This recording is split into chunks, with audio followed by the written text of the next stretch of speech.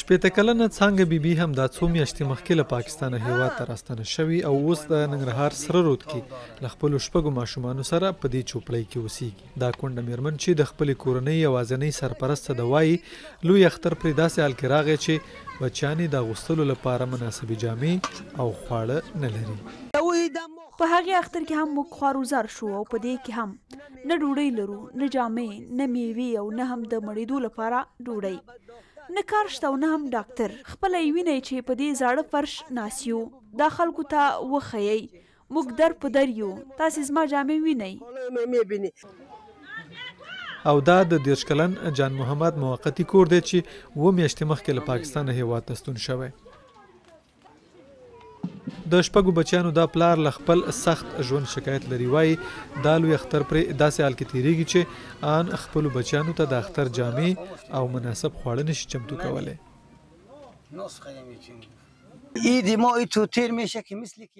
اختر مو داسې تېرېږي لکه په یوه زندان کې چې ډېر مفلس او بې پیسو یو.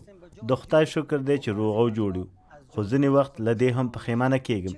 هېواد ته چې ستون شوی یم ډېر مفلس شوی یم. جان محمد له خپلې کورنۍ سره د تیر کال په وروستیو کې هغه مهال پاکستان پرېښود چې اسلام آباد د 2023 کال د نومبر لومړۍ نیټه اسناد نه لرونکو افغانانو ته د وتلو لپاره وروستی ضرب الاجل وټاکه.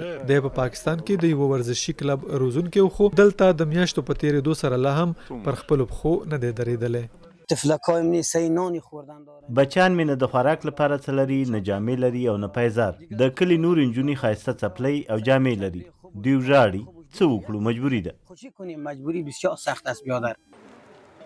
له پاکستان او ایران څخه خپل هیواد ته د افغانانو اخراج په داسې حال کې پیل شوی چې جګړه ځپلی افغانستان له اقتصادي، اقلیمي او بشري کړکېچ سره مخ دی.